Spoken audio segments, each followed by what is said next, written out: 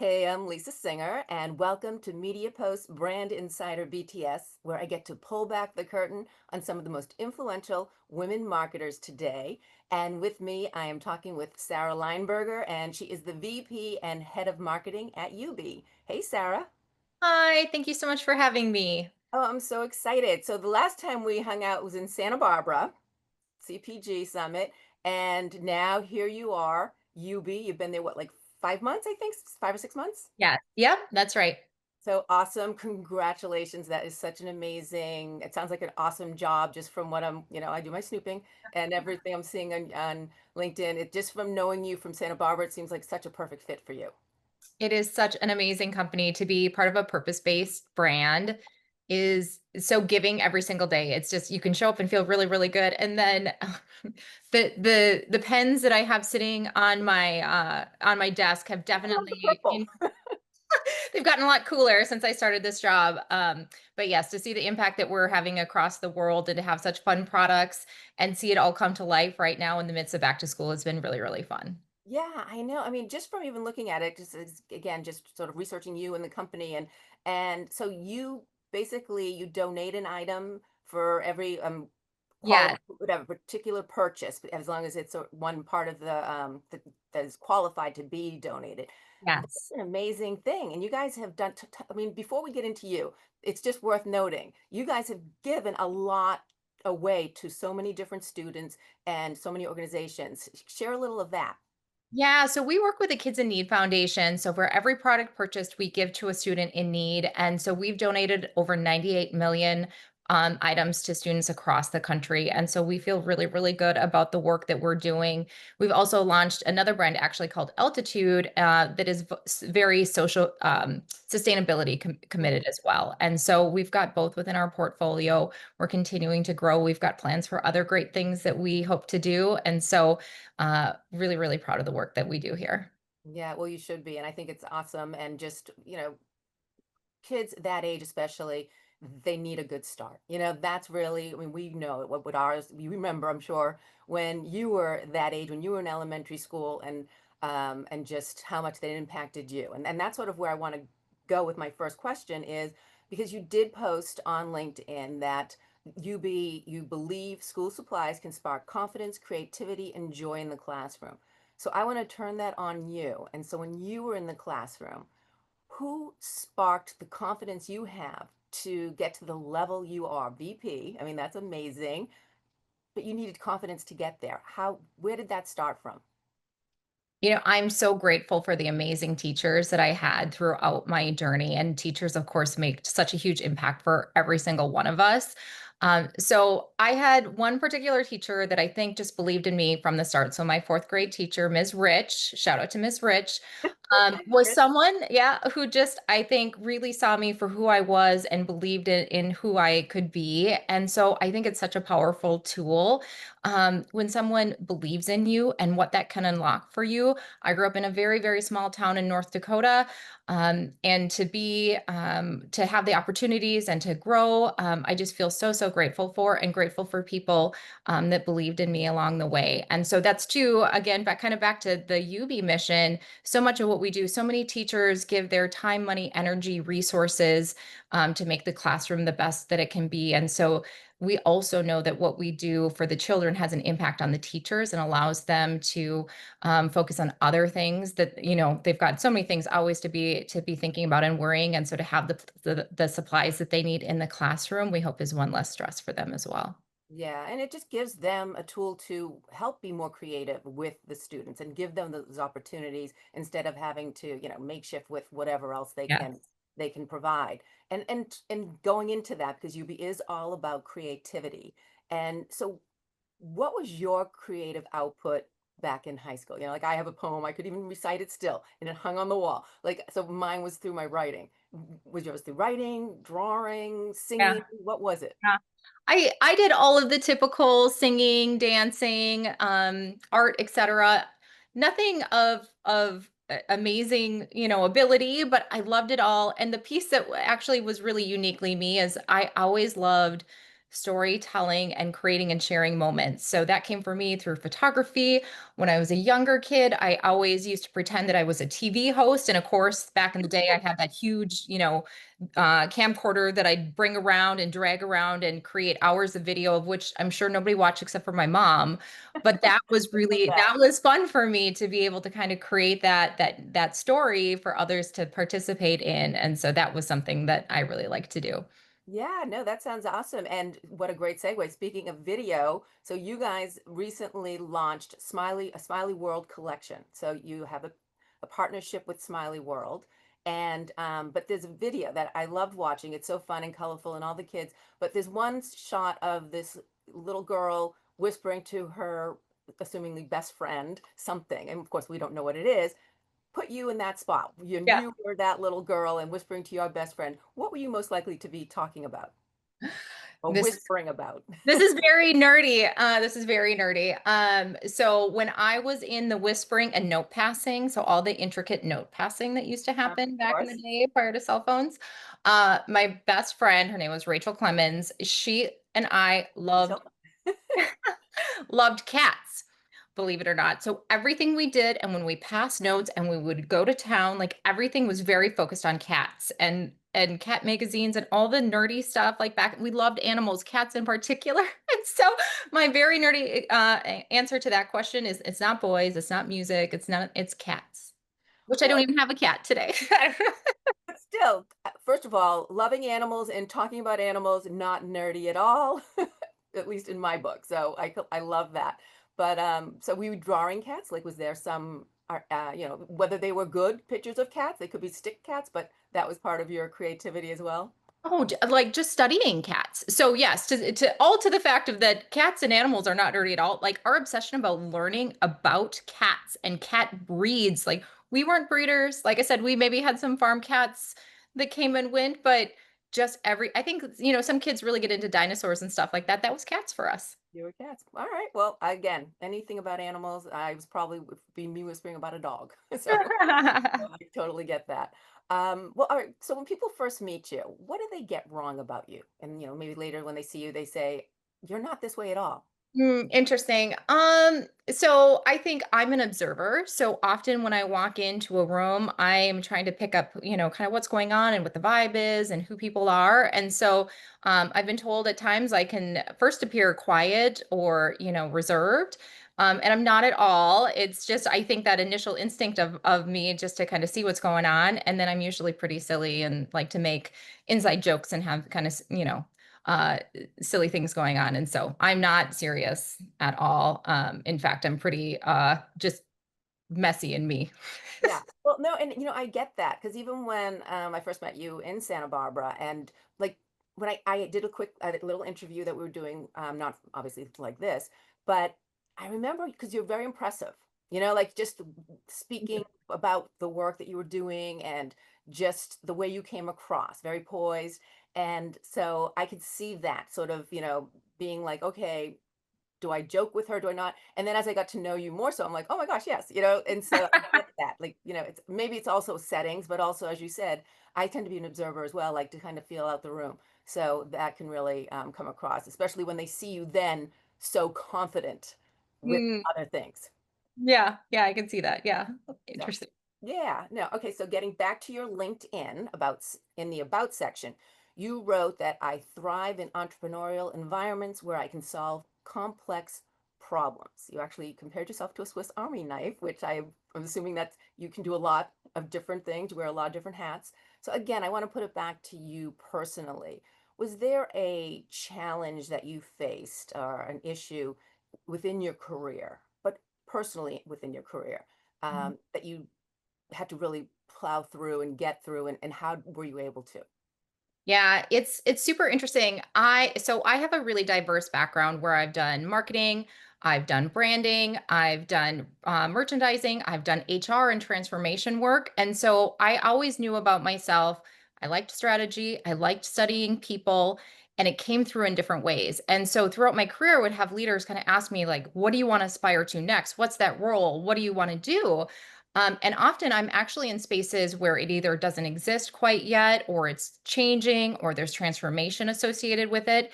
And so it took me some time in my career just to figure out that if I was just following my passions and being authentically myself, that it would unfold and I could worry less about being perfectly a certain way, or meeting a specific job description, etc. But it was really hard when I was younger within my career. I was like, gosh, why can't I figure out what the exact title is that I want to be in 10 years. And so I reflect a lot on that and share that with other people too that are more junior within their career, that if you're following your passions, you really can't go wrong, Mhm. even if there's not a job description that exists for that today. Well, would you recommend, even as you said, the job description maybe didn't exist, Mhm. and it seems like you kind of created it. Like, Yeah. do you recommend doing that? I mean, to a point, you're not going to suddenly just go off the Yeah. rail, but Yeah. in general, show the powers that be what you're capable of, and if you're passionate Yeah. about it, you're going to be good. You're going to be good. Yes, and I think that actually, when I was able to tell that story about what my superpowers are and what really gets me excited, the next roles would just kind of authentically come to me, and it would be such an amazing fit. And so yes, 100%. I think if you're constantly kind of communicating what you love to the leaders and the mentors within your life, it becomes so much easier to kind of create a path even if there isn't one. Yeah, talk about it, and once you put it out there, as they say, Yeah. put it out into the world, and then it can happen. Yeah. No, I agree. That's such great advice. Well, so getting back to Yubi, and basically, and again, in your LinkedIn post, you wrote spreading smiles one school supply at a time. All right, so I love that, and that's a great expression. But I want to ask, what spreads a smile to you? So in Mhm. your day, maybe it's a bad day, maybe it's, ugh, and but what gets you every time during Yeah. the day that just puts a smile on your face? Yep. I've got 2 girls who are 6 and 9, so of course, any time with them is always magical. I think the part that, most recently, has just been really energy giving for me is when I see them show up in a way that is thoughtful or giving, or just being a good human to others, and knowing that that's the humans that they are becoming. So that for me is just, as a mom, there's the everyday challenges and struggles, and you're going from point A to point B, and to at the end of the day, hope that you're making a good human at the end of the day. Like there's nothing more fulfilling than that. Yeah. Well, and you watch, because two little girls, so you must see a lot of yourself, or it bring you back a lot to when you were their age. And is there something you want to say to them that maybe you were struggling with back then, or just excited about, anything Yeah. that would be a great word of wisdom that you wish maybe someone shared with you back then? Not that you would probably Yeah. take it, but it would Yeah, be good to know. well, that's part of the struggle. I think it's pretty cliche, but it is something that I've had to work most of my adult life on, and it's truly just be yourself and find the circles and the people where you can truly be yourself. I think again, kind of going back to trying to fit a mold or fit a job description. I so long wanted to kind of be that perfect corporate citizen, or be what they wanted me to be, versus I think sometimes just really embracing the places where I was unique, or I maybe had a different superpower, and really leaning into that earlier. And so that with my girls, and with anyone too that I'm coaching or mentoring, I think it is so important and so hard, and to the point of, you can tell somebody that, but you really have to believe in them, that that is who they will best be, so that they can feel that too, I think. Yeah, I do. And I think, especially when you're younger, and I'm not talking your daughter's age, but even someone just starting out, and you can maybe see where they shine, and you can pass that on to them, let them know. But until they believe it, they're Mhm. not going to really strive that way. They're not going to say, all right, I'm going to take those chances. How do you get them to realize that? Yeah. When I'm creating teams, I think the idea of psychological safety is really important. So having people feel like they can show up, fail, be messy, imperfect, celebrate that with them, find those opportunities to celebrate when they are kind of stepping into that light, I think is really, really important. And then honestly, with like friends and broader groups, we will literally say out loud. I was at a dinner with a girlfriend the other day, and I was exhausted, and she had, some family medical stuff going on. And we were just sitting there a little bleak. And we said out loud, this is us. We're here and I'm happy to be with you. And this is how I am. And I understand how you are. And isn't it great that we can just be here and be imperfect together? And finding those circles again where you can just have that authentic relationship with people, I think is really important. Well, I love that. I mean, because I don't think we say it enough. I mean, I think we say more good things to our friends that we should be saying to ourselves. I do Yes. agree women do that. But to actually, you enjoy each other, but I don't know that everyone always says what you're thinking, in the sense Oh, that yeah. you might. So I think that's wonderful that you guys were able to share that. So you should, Yeah. Thank you. I need to try to do that myself. Like I'll go back home and I'll be like, oh, it was so fun. And I let them know, but it's like a text. I had such a best time, but to really say it and be there and be present. I think Mhm. that's amazing. So, all Yeah. right. So I again with you do a lot of LinkedIn posting, so I had a lot to read, and you had wrote that Snoopy plus school supplies equals you said instant joy, and you mentioned that it's a cute collab, and Yeah. so and yeah, and obviously it is. You can't go wrong with Snoopy. I mean, ever. So, but I want to ask you just about collaborations in general within the marketing industry. Mhm. Not anything that you've been a part of, not at UB, but has there been a collaboration that you really thought was brilliant between a particular Yeah. product and brand or Yeah. whatnot? I'm a sucker for anything experiential. So when I saw the Airbnb and Barbie back in the day, the dream house, I thought that was phenomenal. So to bring that to the consumers in a way where they could actually experience that, just so talkable, just really, really cool. And so that was really cool for me. I'm excited too about the Lego and Nike collaboration happening as well, and some of the promise for some of the experiential work that will happen there too.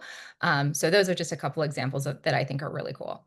Yeah, I think that, and not to get into the marketing side of things, but people want experiences, like it's just like I think that that's why it's become so much more relevant today with, and we're seeing much more experiential marketing. What are experiences that, an experience that you've maybe had recently that just was like amazing and not in work or it could be work related, but on the personal side that you've had and it just really stands out to you? Let's see here. So one thing I will say, that is just mind-boggling every single time. Well, every single time.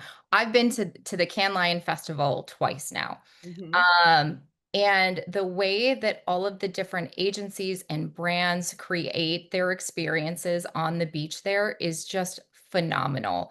The thoughtfulness that goes into every single detail, the ability to find and connect with people to bring your brand to life in a way that is really meaningful in that moment for whatever people need. I think is something I always am in awe at how beautifully done that is. And the fact that it goes up and comes down in a matter of days is just insane to me. And so the people who work on that, I just have so much respect for. Like what a cool experience and so much work, I'm sure, in just a matter of days. Yeah. Were you able, so now getting to just how you felt about, I mean, you were impressed, but Mhm. just what did it mean being a part of that? Like, I mean, because being at Can, they keep Yeah, yeah, switching. yeah. But being there and just experiencing so many different people together and being able to just share similar challenges or Yes. wonderful things or whatever in such a beautiful setting. What is that experience? What did it mean to you? It's such an honor to be among such incredible people, first and foremost. But what again, kind of in my journey and within my career, I think what's so fascinating is so much of marketing is about humans and the energy exchange of humans. So whether that's between a brand and a consumer, people creating the work, or just the network of people within marketing, like there is an energy and a buzz at Can that just can't be replicated. And so amazing to be there and just to be surrounded by incredible people. But truly, the energy there is it lasts a whole year until you get to go again, and so the connections and everything is just so life-giving. Yeah, no, I completely agree. I just, if you sort of get high off it, and it energizes you. When you leave, you're ready to just do so much more, I think, when you have that kind of energy together and supporting you and just supporting others. I think that helps me as well. It just makes you say, okay, now I can do this. Yes, 100%. Yeah. Yes. Well, okay, so I'm very jealous that you were at Cannes and didn't invite me, but we'll overlook that right now. Next year, we'll start planning. I can fit in suitcases. So, Okay, what is something, maybe it's inconsequential, but something small that most people don't know about? Something that small that you do that most people don't know about? I think kind of along the same lines of the creating community and some of the connections and some of the silliness. I'm a master of like the inside joke and the creating the text string and the planning the random outing. I started a fun club here with some of my friends. Like just finding those silly little ways to connect and bring people together is something that I find a lot of joy in. And even when I try not to, and I try to take things off of my plate, it's something that just naturally I end up doing and filling some time and energy doing. Yeah, I love that. Well, all right, I have to ask, what's the fun club? Fun club. So we try to find like just really unique things to do that you wouldn't do otherwise. It's stuff that you probably don't bring your kids to. It's thing. So for example, one of the things that we did recently was sauna cold plunge out on a frozen lake in Minnesota. And so Mhm. again, like an amazing experience, something that was so incredible to be a part of. But you wouldn't bring your kids there. You probably wouldn't go by yourself. And as an adult, it's hard, honestly, to kind of find that time to get together with your friends and do that stuff. And so just trying to get more of that more regularly on the calendar. Wow, though you did the cold plunge? I mean, seriously, was it It was horrible? amazing, Really? honestly, like so zen afterwards. It was such an incredible experience. Yeah. And it's not something I do like I know some people kind of do that in gyms and whatnot. I had not done it, and so it was incredible. Wow, that is, I mean, because it's something I hate being cold and just the idea of it, but you do, you hear how it just really is reinvigorating. So Yes. good for you. Yes. I don't know if I'm jumping in a lake anytime, cold lake anytime soon, but maybe I'll try because when you see, as you mentioned, like in gyms, they have the cold Yeah. plunges, and, Hmm. thermo, what, Yes. and I'm like, Yep. yeah, no, that's not really, but maybe I'll consider it if, I'd if, highly recommend. I mean, it was amazing. Yeah. yeah, all right. Sounds good. Okay, so what are you most obsessed with right now? What's your guilty pleasure? Well, my guilty pleasure, I would say, is usually like travel hacking. So finding the deals, finding the points, finding all the ways to kind of create those memories and experiences, either for my family or for friends, etc. Mhm. And so I'm constantly out there. And now, of course, with the help of AI and some of those pieces, it's like my hobby, I would say, is just watching for travel deals. Okay, very cool. But how about just on a, going home and is there a guilty pleasure like maybe you read a certain book or you have some Haagen-Dazs or whatever it may be. Like just there's Yeah. something that, okay, I'm gonna do this, maybe close the door, no one's gonna see them finishing the whole pizza by myself, what. Uh, totally. Well, my very random guilty pleasure is I buy Trader Joe's dill pickle seasoning by like the multiple bottles. It's only sold once per year. So when it was being sold in June or so, I went in and I bought over 10 bottles, and my daughters were fairly embarrassed that I was taking so many off of the shelf, but putting it on popcorn is amazing, salmon, but highly recommend next summer, your Trader Joe I've dill missed pickle it this seasoning. year. Okay, so I Mhm, have yeah, to it's gone look. this year. Yep, limited time only, but it will be back next year. All right, well, I'll have to try that because I actually dill pickles are really the only pickles I like. Like I'm not a big pickle, but I do Yeah, like the dill pickles. So yes, very good. I will have to test it out. I don't know if they'll buy 10 bottles, but I know. Well, I mean, who really needs 10 bottles? I guess I do, but that's awesome. Okay, well, so speaking of Cannes, you were there, and there's a photo of you on LinkedIn on stage, and behind it, it reads "Own the Dream" behind the campaign. So that's the sign that's behind you. Mhm. So, not for a campaign, but for you personally, what dream did you have when you were younger that you've achieved? Yeah. Honestly, I think being able my story that I shared with you earlier, I think the fact that I have always wanted to be able to share and tell stories with other people. And here I am being able to share stories with others through podcasts, when I'm able to speak on stages, being able to share with mentor or mentees or other people that I'm coaching, has been something that, I don't think I would have ever been able to even dream as a kid. I didn't know that stuff like this would exist or that this kind of stuff was possible. But It gives me so much energy to be able to be with people and to share ideas. I get so much learning from being able to immerse myself more broadly in the industry and talk with people too. And so I am living my dream right now, Lisa. So thank you Wow. for helping bring it to life. I'm so happy to be able to be a part of that. That's awesome. So I think that's wonderful. And I just want to ask you one more question. So speaking of dreams, and that's a big dream, and you probably have other big dreams for, 5 years from now, 10 years from now, whatever. What's your daily win? What, Oh. when at the end of the day, when you go to sleep, you're like, that was a good day because this happened. I'll give you 2. One, I think professionally, my win is when I can help bring a new idea to life and kind of challenge the status quo within that. I think I love building and trying and creating new things. And so when I get to do that, it gives me so much energy. And so that is really fun personally. And my challenge as a mom is being present when I am not doing those things and making sure that I can just truly shut off the rest of anything and be in the moment with my kids, with my friends, with my family, whatever, and making sure that I can create that mind space appropriately. So that's my daily challenge. But when I get to do that, it's very important to me. Yeah, no, and that sounds awesome. And I speak with a lot of moms, and they have similar dreams or, wanting to be able to achieve. How do you, and I've heard different answers. Do you have to compartmentalize things, like when you're at work, you're there, when you're at Yep. home, you're there, or does it bleed out? Like, how do you make it work? So again, it's not, like that balance everyone says, or at least I keep hearing that. It's not about balance, it's about making it work and making it Yeah. to the next point. Yep. What's Yeah.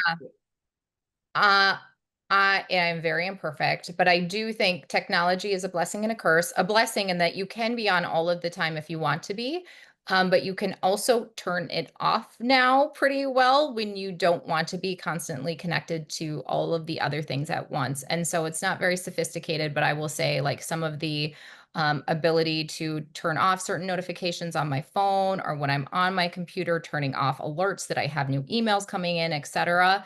Um, because when I'm with my kids, I want to try to turn my brain off from the professional stuff as much as possible.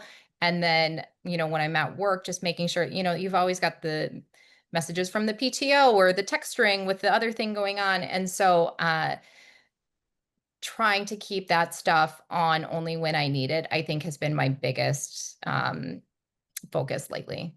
Yeah, no, that sounds perfect. Although now they can cross over a little bit, considering you have these fun pens and all these little, fun I know it's activities. all in one now, but it's so much more fun. I will say watching and seeing my kids go through the Target aisle back to school shopping and seeing our product and them get excited about it.